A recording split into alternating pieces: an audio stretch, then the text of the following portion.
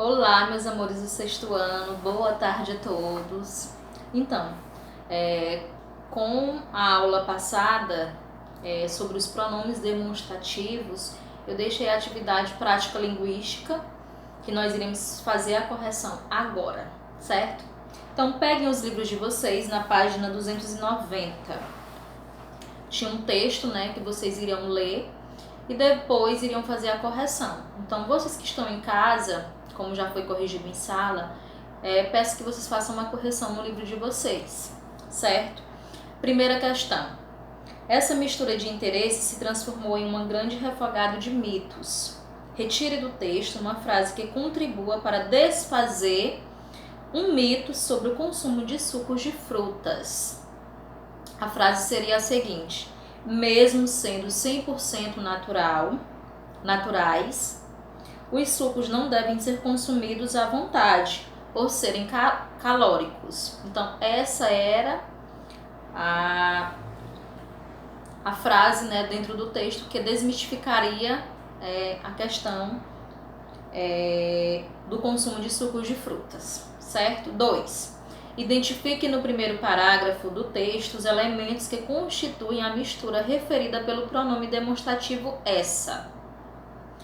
Então, a frase seria: a dica da vovó, o anúncio da televisão, interesses políticos e pesquisas sérias. Percebam que quando ele dá o ponto essa mistura de interesses, ele se refere à dica da vovó, o anúncio da televisão, interesses políticos e pesquisas sérias, certo? 3. Como esse artigo traz como temas alguns mitos sobre a nossa alimentação, a autora utilizou a expressão refogado de mitos no início do texto. Das palavras a seguir, qual delas nos leva ao mesmo campo semântico da palavra refogado? A. Plantação. B. Coleção. C. Salada. D. Acervo. E. Combinação. Então, a alternativa correta é a letra C, salada. 4. Os enganos começam pela carne. Transcreva do primeiro parágrafo uma palavra ou a expressão que possa substituir a palavra enganos nessa frase sem alterar seu sentido. A palavra que você poderia trocar, sem alternar, seria a palavra mitos. 5. Analise a frase a seguir, transcrita do terceiro parágrafo do texto, e responda as questões propostas. Nós temos a frase: mas isso não significa que a gordura saturada deve ser demonizada e cortada da alimentação, pois é ela que recobre e protege as células cerebrais. Letra A. Ao iniciar um parágrafo, muitas vezes os pronomes esse ou esses, essa ou essas e isso resumem todo o parágrafo anterior, como acontece com isso nessa frase. Como ele inicia o terceiro parágrafo do texto, o seu referente é todo o segundo parágrafo. Pensando nisso, como você resumiria o parágrafo a qual o pronome demonstrativo em destaque se refere?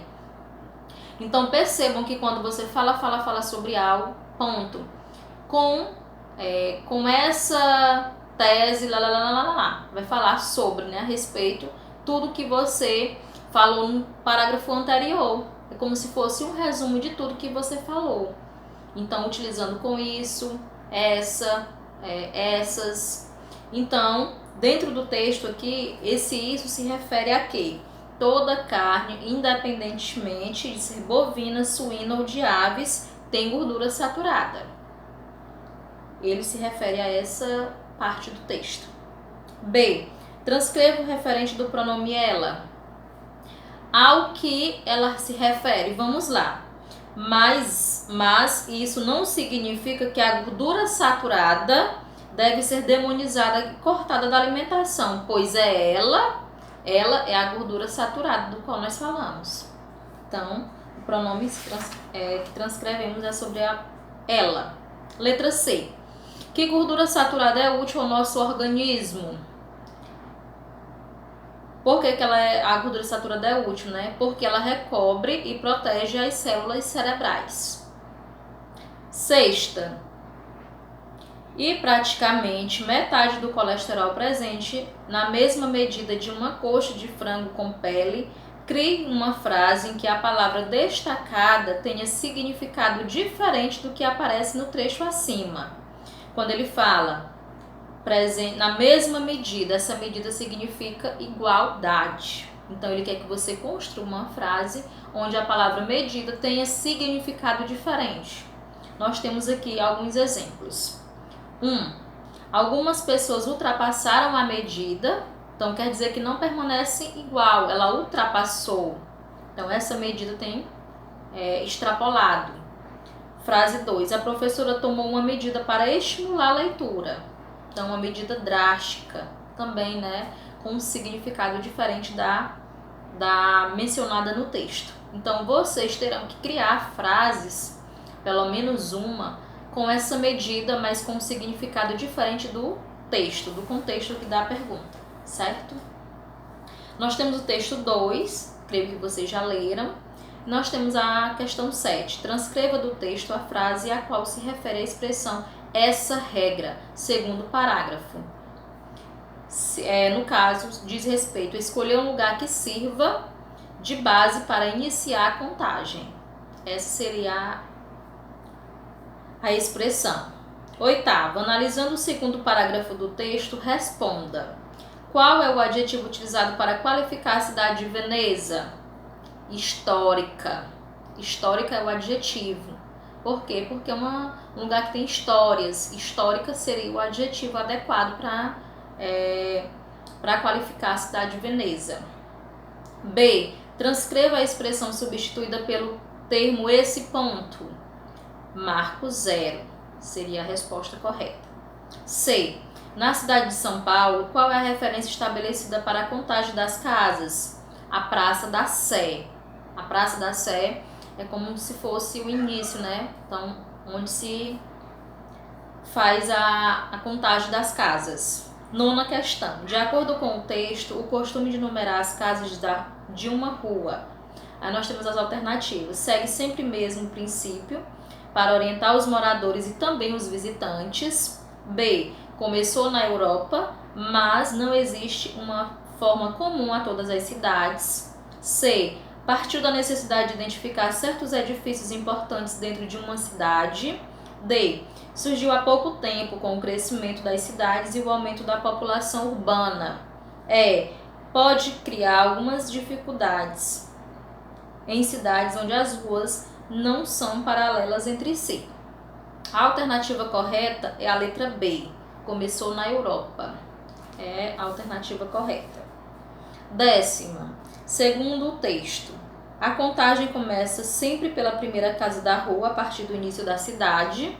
B. Todas as casas das ruas que correm lado a lado recebem praticamente a mesma numeração.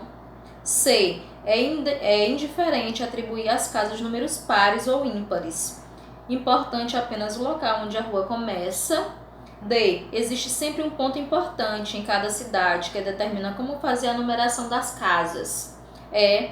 Nas cidades brasileiras, as ruas partem sempre um ponto central para padronizar toda a numeração das casas. Então, referente ao texto, como se inicia sempre da Praça da Sé, a alternativa correta é a alternativa D. Então, corrijam aí no livro de vocês, certo? Então, por hoje é só. Foi apenas a correção da atividade, né, dentro da sala. E até a próxima. Bons estudos. Façam a correção, que é muito importante, né, para vocês saberem os pontos que vocês acertaram, os pontos que vocês precisam melhorar, certo? E por hoje é só. Uma ótima tarde a todos. Bons estudos e tchau, tchau. Beijos.